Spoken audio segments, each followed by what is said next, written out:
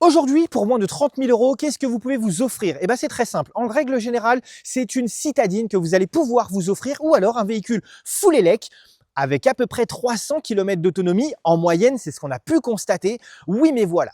Aujourd'hui, BYD vous propose quelque chose de différent. Un SUV à caractère familial, hybride rechargeable, plus de 200 chevaux, plus de 1000 km d'autonomie annoncée, 5 vraies places, plus de 450 litres de capacité de chargement. Alors oui, c'est chinois, mais les constructeurs européens n'ont-ils pas loupé quelque chose? Réponse dans cette vidéo. On va vous présenter complètement ce Sea Lion 5, vous expliquer les spécifications techniques, on va vous montrer l'espace à bord et surtout, on va vous emmener faire un petit tour. Je vais débriefer de l'essai de la semaine d'utilisation de ce SUV familial. Allez, c'est parti, on y va.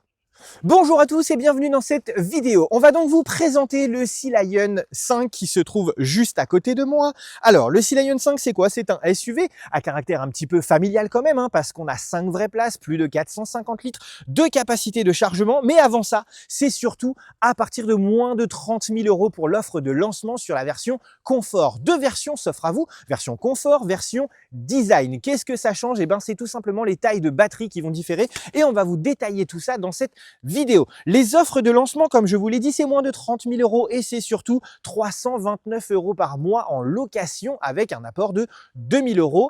Voilà, finalement, par rapport à la concurrence, vous avez moins d'apport et en plus, en loyer, c'est moins cher. Les garanties chez BYD, c'est entre 8 et 10 ans selon les véhicules. Là, pour cet hybride rechargeable, c'est 8 ans de garantie, 8 ans de tranquillité. Et on vous donne tout de suite les dimensions de ce Sea Lion 5. C'est 4,73 m de longueur, 1,86 m de largeur et 1,71 m de hauteur. En ce qui concerne l'empattement, la distance entre la roue avant et la roue arrière, c'est tout simplement 2,71 m, ce qui lui confère une excellente habitabilité et d'ailleurs on va vous la montrer juste après. Comme je vous l'ai dit, ce qui change principalement entre la version confort et la version design, ce sont les tailles de batterie. Vous avez une batterie de 12,9 kWh sur la version confort et une batterie de 18,3 kWh sur la version design. Ce qui forcément augmente les autonomies drastiquement. 62 km d'autonomie en cycle mixte WLTP annoncé en full élec. Sur un cycle complet, vous avez 62 km en tout électrique avec la petite batterie et vous avez 86 km d'autonomie cycle mixte WLTP en tout électrique sur la version design avec la grosse batterie. Qui nous donne sur la version avec la petite batterie 992 km d'autonomie cumulée, cycle mixte WLTP. Vous partez avec batterie pleine, réservoir plein. Le réservoir, je vous l'annonce, il fait 52 litres. Donc vous partez avec réservoir plein, 52 litres, batterie full chargée, vous avez 992 km d'autonomie avec la version confort. C'est plus de 1000 km d'autonomie avec la version design et la grosse batterie. Vous chargez, vous avez 86 km d'autonomie en full élec et après avec le thermique, et ben voilà, ça vous emmène encore plus loin. Mais attention, il faudra quand même prêter attention, c'est-à-dire que vous n'allez pas partir avec tout de suite le mode full élec et ensuite le mode thermique. Non, moi ce que je vous conseille, c'est tout de suite de partir. Si vous savez que vous allez faire un grand trajet, vous partez en fonction HEV, en fonction hybride. Il va donc optimiser en fait tout ça et vous serez autour des 5 litres de consommation sur la totalité de votre trajet et vous aurez donc plus de 1000 km d'autonomie. Sinon, si vous voulez savoir, sur un cycle mixte de 100 km, c'est 2,7 litres de consommation annoncée avec la petite batterie et 2,1 litres de consommation annoncée avec la grande batterie. Je sais que ça vous intéresse, alors on va vous montrer puisqu'on est sur un hybride rechargeable. Il y a donc un moteur thermique à l'intérieur de ce Sea Lion 5, développant 212 chevaux, puissance cumulée bien évidemment, 300 Nm de couple annoncé. Voilà, c'est très compact, le moteur est quand même relativement petit, on a beaucoup d'espace à l'intérieur de la baie moteur, donc ça c'est quand même assez particulier. On aurait pu finalement mettre un plus gros moteur hybride rechargeable, ça aurait pu être intéressant. Je vous le précise aussi, pas de transmission intégrale, pas de propulsion, on est bien entendu sur une traction sur cette version du Sea Lion 5. Je vous propose donc qu'on fasse un petit tour rapide du véhicule. Dites-nous ce que vous pensez du design de ce Sea Lion 5. Alors, il reprend les codes, on est sur la gamme Océan, la gamme Sea Lion, on a eu déjà le Sea Lion 7 juste avant qui était quand même beaucoup plus gros,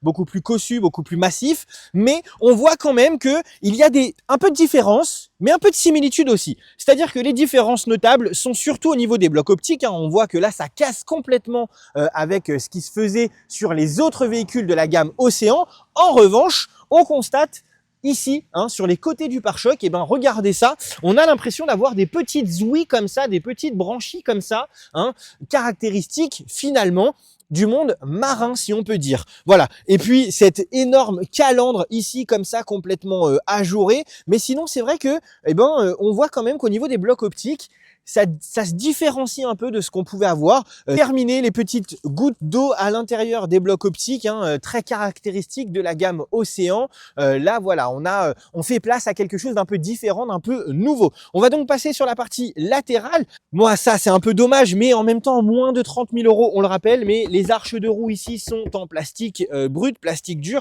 Pareil pour le bas de portière qui intègre protection de bas de caisse. Alors, on a une petite baguette ici, c'est sympa. En revanche, et on pourra constater cette petite arête qui part de l'avant du véhicule jusqu'à l'arrière en forme un petit peu de vague comme ça, caractéristique du monde océanique que l'on peut voir et qui vient comme ça faire la totalité du tour du véhicule. Au niveau du bloc feu arrière, pas de petites gouttes d'eau non plus, c'est quand même dommage, c'était caractéristique. Moi, j'aimais bien ça et ça a été supprimé. Alors oui, vous allez me dire, on a réduit les coûts, mais j'ai l'impression aussi que ce BYD Sea Lion 5, et j'ai l'impression de manière globale que BYD est en train d'un petit peu européaniser ces véhicules. Et vous allez voir à l'intérieur pourquoi je vous dis ça. On va pas se mentir, sur l'arrière du véhicule, pas de travail particulier. On regrettera ici toute cette masse plastique ici comme ça au niveau du bas du pare-choc. C'est en plastique brut. C'est un peu dommage. Alors oui, c'est pas cher, mais ça c'est un peu dommage. C'est pour ça que je vous dis, BYD est probablement en train d'européaniser ses véhicules parce que ça, on le voit très souvent sur les véhicules européens. Et ça, moi, je le déplore parce que je trouve pas ça très qualitatif. Mais c'est un autre sujet. Puisqu'on est là, on vous montre le coffre. Par contre, pour moins de 30 000 €, haillons électrique. Ah oui, haillons électrique. Donc ça, c'est plutôt pas mal. 463 litres de capacité de chargement. Vous avez un double fond dans lequel vous allez pouvoir venir mettre les câbles de chargement qui sont fournis par BYD. Donc on en a on a un câble type 2 classique. On a également le câble de charge domestique qui nous est fourni. Donc chez BYD, vous avez les deux câbles, type 2 et câble de charge domestique. J'en profite, on va baisser rapidement les dossiers de siège pour que vous puissiez voir. Alors ça, par contre, les gars, moi ça j'aime pas. Vraiment, j'aime pas. Je trouve que ça, j'ai l'impression de revenir dans les années 80 avec des plages arrière en plastique. Je préfère finalement les rideaux. Je trouve que c'est quand même beaucoup plus moderne, c'est plus facile, c'est plus maniable, c'est plus ce que vous voulez. Mais ça, franchement, non. C'est plus possible. Aujourd'hui, en 2026, c'est plus possible, les gars, je vous le dis. Allez, on baisse les sièges. Qu'est-ce que ça donne? Hop! On a un plancher quasiment plat à l'intérieur de ce Sea Lion 5. Et surtout, qu'est-ce que ça nous donne? C'est tout simplement 1400 litres de capacité de chargement lorsque vous baissez l'intégralité des dossiers de siège. On vous montre avant d'aller à l'intérieur. Parce que pourquoi? Panneau de porte. Alors chez BYD, c'est pour ça que je vous dis qu'ils européanisent quand même pas mal leurs véhicules. Alors oui, ici c'est très joli. Voilà, on a des beaux matériaux, de la surpiqûre. Globalement, le panneau de porte est plutôt sympa en termes de design. Mais voilà, on a du plastique dur qui commence à remonter un petit peu, ce qu'on n'avait pas avant sur les véhicules de chez BYD. On avait des petits morceaux de plastique dur en général sur les montants ici, les seuils de porte, etc. Mais c'est vrai que au niveau des panneaux, au niveau de l'intérieur, et vous allez le voir sur la console centrale, on avait quand même du plastique vraiment très très bas. Tout le reste du véhicule, c'était quand même très qualitatif. C'était vraiment très sympa avec de beaux matériaux. Je m'installe donc pour vous montrer l'espace que l'on a au niveau des jambes. Parce que oui, c'est quand même assez fou. Voilà. Moi, je dois vous le dire. Regardez, je suis assis. J'ai énormément d'espace au niveau des jambes. J'ai énormément d'espace au niveau de la tête. Ça, c'est très clair. On est bien installé. On a l'accoudoir ici qui est pile poil à la bonne hauteur. On se sent pas étriqué. Accoudoir central, double porte gobelet. Quand on est deux à l'intérieur du véhicule, c'est très bien. Mais franchement, on a une vraie impression d'espace à l'intérieur de ce Sea Lion 5. Je vais venir me mettre au milieu. Moi, ce que j'aime bien aussi, on va vous montrer parce que la caméra, elle est beaucoup trop loin. De la connectivité, double USB-C, disponible ici, un petit rangement. La gestion de la ventilation aussi pour l'arrière, avec voilà, ça c'est quand même plutôt sympa. Mais ce que j'aime bien, c'est qu'on a un plancher plat. Vous avez vu, on a un plancher totalement plat. Ce qui fait quoi? Ce qui fait que du coup, on peut venir mettre ses pieds au milieu, on n'empiète pas à droite, on n'empiète pas à gauche, même au niveau de l'assise. Je suis assis sur la place centrale, je n'empiète pas à droite, je n'empiète pas à gauche. Il y a largement la place pour 3 personnes à l'arrière et je suis sûr qu'on peut mettre 3 adultes sans problème à l'arrière du véhicule. Alors bien sûr, je vais préciser, parce qu'on a eu des commentaires pas très sympas là-dessus. On partira sur le principe de mettre des adultes de taille moyenne. Bien entendu, c'est un petit peu ferme sur la place centrale, mais après, sur les côtés ici, c'est quand même relativement confortable. On se sent bien, on a un maintien qui est plutôt agréable sur l'arrière du dossier, même au niveau de l'assise. Alors bien sûr, ce ne sont pas des sièges individuels comme on avait déjà pu avoir le cas sur BYD. Là, je vous le dis, c'est pour ça que je vous dis, ils européanisent leur véhicule. On a, et puis ça se voit au niveau du design, on est plus axé sur une banquette un peu plus traditionnelle de ce qu'on peut connaître sur les véhicules européens. Ça, je trouve ça dommage. Avant, c'était quand même un peu plus marqué sur les autres véhicules de chez BYD. C'était quand même un petit peu plus marqué au niveau des assises. Ce n'est pas le cas là. Mais en même temps, il faut plaire au plus grand nombre. Je vais donc aller m'installer à l'avant de ce Sea Lion 5 pour vous montrer un petit peu ce que ça donne au niveau de l'espace. Alors, on a une console centrale qui est beaucoup plus grosse. On est donc dans un environnement un petit peu plus feutré, un petit peu plus cocooning, beaucoup moins cette impression d'espace qu'on pouvait avoir sur d'autres véhicules de la marque. Là, voilà, on sent quand même que c'est un petit peu plus resserré. En revanche, c'est quand même plutôt sympa. Alors, on conserve toujours cette belle ligne au niveau du tableau de bord, caractéristique de la gamme Seal.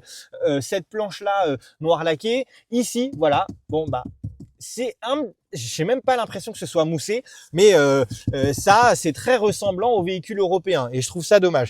En revanche, bon bah, caractéristique de chez BYD, le combiné d'instruments ici, l'écran central là. Donc l'écran central fait plus de 12,5 pouces.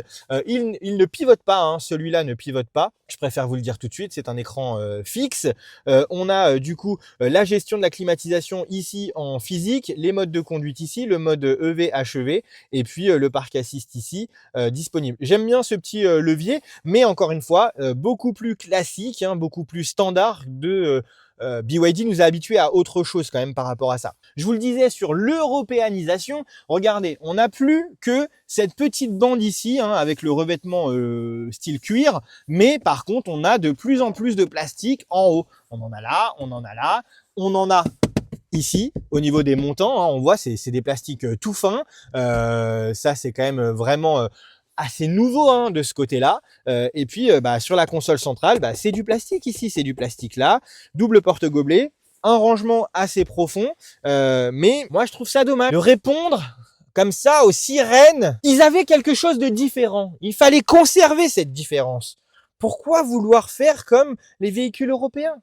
C'est quand même dommage. Vous l'aurez sans doute remarqué, en bas de la console centrale, on a de la connectivité, double connectivité USB-C, pas forcément très pratique. On a un petit lecteur de carte SIM ici aussi, mais franchement, voilà, ça fait un petit rangement, mais c'est pas... Ouais, je suis pas très fan, j'aurais préféré avoir la connectivité en haut. On aura également la charge à induction ici, déconnectable via l'écran central. En revanche, cette charge à induction n'est pas ventilée. Or, jusqu'à présent, chez BYD, il me semble que la plupart de leurs charges à induction disponibles dans les véhicules étaient ventilées. Ce n'est pas le cas. Mais bon, écoutez, voilà. Mais voilà, moi, ce qui me dérange, c'est vraiment ça, l'européanisation, la montée du plastique de plus en plus haute à l'intérieur du véhicule, c'est un peu dommage. On va se consoler avec quelque chose. On a un petit rangement pour les lunettes. Regardez ça, très pratique quand même. Bon, probablement que la personne qui a mis ses lunettes, en plus, elle les a mis à l'envers, mais bon, c'est pas très grave. Bon, je vous propose maintenant qu'on aille faire un tour. Je vais vous donner mon ressenti, le débriefing complet, la consommation, etc., le comportement routier. On va tout vous dire, ou presque, sur ce Sea Lion 5. Allez, on vous emmène. On vous emmène donc très rapidement faire un petit tour de ce Sea Lion 5. Alors, on vous le rappelle, hybride rechargeable. Très honnêtement... Je suis un peu partagé sur l'utilisation et l'essai de ces Sea Lion 5. On voit très clairement que BYD a décidé d'européaniser ses véhicules. Ça, c'est certain, vous l'avez vu pendant la présentation. Mais ça se ressent aussi au niveau du comportement routier. Les véhicules sont un peu plus fermes, que ce soit au niveau des suspensions, au niveau châssis, au niveau de la direction. Il y a beaucoup moins de flottement, c'est un peu plus précis qu'avant. Reste quand même sur un véhicule confortable, mais on le voit. Il y a quand même une évolution au niveau des comportements, au niveau structurel du véhicule. On voit qu'il est quand même un peu plus rigide que les autres véhicules de chez BYD et notamment au niveau de la gamme Sea Lion, parce que le Sea Lion 7 qui est beaucoup plus performant est pourtant un véhicule qui est beaucoup plus souple. Or là on le sent, c'est quand même un peu plus ferme. On avait déjà eu ce ressenti avec Atto 2, même si on avait utilisé Atto 2 en version électrique et on ne l'a pas utilisé encore en version hybride rechargeable. On a vraiment une évolution du comportement des véhicules de chez BYD pour probablement plaire au plus grand nombre et en tout cas conquérir le marché européen et le marché français notamment. Et pourquoi je vous dis que je suis partagé? Tout simplement parce que on a effectué pas loin de 750-800 km avec le véhicule et au niveau du comportement, comme je vous dis, bon, c'est de mieux en mieux. Voilà, ça c'est clair et net. En tout cas, moi, au niveau de mon ressenti, je trouve que c'est de mieux en mieux. C'est un peu plus sécure, un peu plus safe, ça prend un peu moins de roulis, etc., etc. Moi, là où ça me pose problème, c'est plus au point de vue mécanique. On nous annonce 212 chevaux puissance cumulée, donc c'est quand même pas mal. Même si au ressenti, c'est pas vraiment ce qu'on a perçu. C'est quand même ce qui est annoncé dans les chiffres. C'est quand même ce qui est proposé. Ensuite, au niveau du comportement du moteur, là en revanche, il y a de très bons points. C'est-à-dire que dès lors qu'on ne tape pas dans le véhicule, qu'on a une conduite vraiment souple et vraiment coulée, qu'on utilise l'hybridation au maximum, qu'on soit en mode élec ou en mode hybride, bon, c'est extrêmement silencieux. Même lorsque le moteur thermique démarre, à partir du moment où, comme je vous dis, on ne tape pas dedans, c'est extrêmement silencieux. D'ailleurs, lorsque vous roulez, si vous avez un semblant de musique, vous ne sentirez même pas les transitions entre l'élec et le thermique. En ce qui concerne l'écran central, le combiné d'instruments et le volant, on va en parler tout de suite. Et cette petite caméra située ici, je vous le dis tout de suite, je l'ai désactivée. Je l'ai désactivée pourquoi? Parce que, en fait, la caméra de surveillance, elle est beaucoup trop sensible. Je pense réellement qu'elle a besoin d'une mise à jour et je vais vous dire pourquoi. Tout simplement parce qu'en fait, dès que vous démarrez le véhicule, par exemple, vous êtes en train de, je sais pas, mettre votre chauffage ou quoi, tout de suite, veuillez vous concentrer sur la conduite. Veuillez vous concentrer sur la conduite. Veuillez vous concentrer sur la conduite. C'est absolument désagréable, mais vraiment désagréable. C'est-à-dire que si jamais vous baissez les yeux légèrement vers le combiné d'instruments, ou que vous tournez les yeux ou légèrement la tête vers l'écran central, c'est terminé. Elle vous affiche des messages d'alerte dans tous les sens. Donc pour moi, la caméra de surveillance, elle est trop sensible, beaucoup trop sensible. Alors, chance pour nous, c'est très facile. Il suffit d'appuyer sur la petite molette ici, d'aller sur véhicule, perception de l'habitacle. Et là, on a assistance à la surveillance du conducteur qu'on peut désactiver. Alors bien entendu, il faudra faire ça à chaque fois que vous démarrez votre véhicule. Et là, vous allez me dire, oui, mais bon, c'est un peu pénible, plusieurs manipulations. BYD a pensé à tout. Il suffit de mettre 2 doigts comme ça. Là, on a ici un petit panneau de contrôle avec le DMS. On appuie sur le DMS et là, on arrive tout de suite au menu rapide et on désactive. Voilà. En revanche, en ce qui concerne les aides à la conduite avec l'alerte de franchissement de ligne, l'aide au maintien dans la voie et le régulateur adaptatif, c'est très facile à prendre en main. Ça se passe ici. Vous avez ici l'aide au maintien dans la voie, l'alerte de franchissement de ligne qu'on peut activer, voilà, avec le régulateur intelligent. Donc là, même à très basse vitesse, on peut l'activer, 30 km/h. C'est la vitesse limite. Mais si vous êtes en dessous, il est capable de se calibrer, la preuve. Il est calibré là à 30, comme vous le voyez ici. Pour autant, nous sommes à 14. Nous suivons le véhicule qui est devant nous. Et là, le véhicule roule quasiment en semi-autonomie. Alors, de temps en temps, il faut toucher le volant quand même. Voilà. Mais globalement, ça fonctionne quand même relativement bien. Ensuite, la gestion des médias se fait ici. Avec, hop, on a également le petit bouton qui sert à faire défiler les petits menus déroulants là. Que l'on a une petite fonction chrono qui est ici également, qui sert pas à grand chose sur ce genre de véhicule. Franchement, c'est pas vraiment approprié à mon sens, mais bon, c'est là, ça peut en amuser certains, alors pourquoi pas. Écran central, chez BYD, ça a toujours été extrêmement fonctionnel, très bien calibré. On n'a jamais eu de soucis, nous, de ce côté-là. Pas d'affichage tête haute sur le Sea Lion 5. Ce n'est pas vraiment une surprise au vu du prix auquel il est proposé. Néanmoins, on constatera quand même que pour ce prix-là, vous avez on a un beau combiné d'instruments, on a un bel écran central, on a quand même beaucoup de choses qui nous sont proposées. Globalement, on pourra quand même dire que ce Sea Lion 5 est extrêmement bien équipé, bien proposé et surtout très bien placé en termes de tarifs. On va parler du coffre et on terminera probablement là-dessus. 463 litres de capacité de chargement. J'ai pas pu vous faire de story. Pourquoi? Parce que tout simplement, on a eu des petits soucis avec les stockages du téléphone. À force de faire plein de vidéos, on se retrouve avec des problèmes de stockage. Ça peut arriver et malheureusement je n'ai pas fait attention, mais on a réussi à mettre une grande valise de voyage et on a été faire les courses. Voilà, on a récupéré le grand à l'internat, il avait sa valise dans le coffre, donc par contre elle ne tient pas sur la tranche, il faut la mettre vraiment à plat pour qu'elle prenne le moins de place possible, donc on l'a mise de cette manière et ensuite on a mis du coup les courses sur le côté, etc.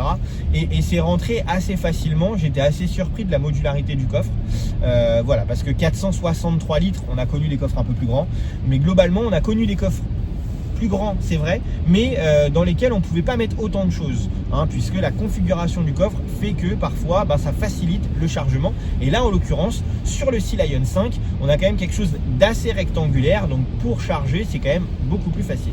J'espère que cette petite vidéo sur le Sea Lion 5 vous aura plu. N'hésitez pas, on like, on partage, on s'abonne, on compte sur vous. Vous pouvez faire la différence, vraiment, je vous le dis, je vous l'affirme, je vous le confirme, je vous le redis. Vous faites la différence et c'est grâce à vous si on peut continuer à vous proposer toujours plus de véhicules. Donc merci encore, prenez soin de vous, à très bientôt, ciao ciao.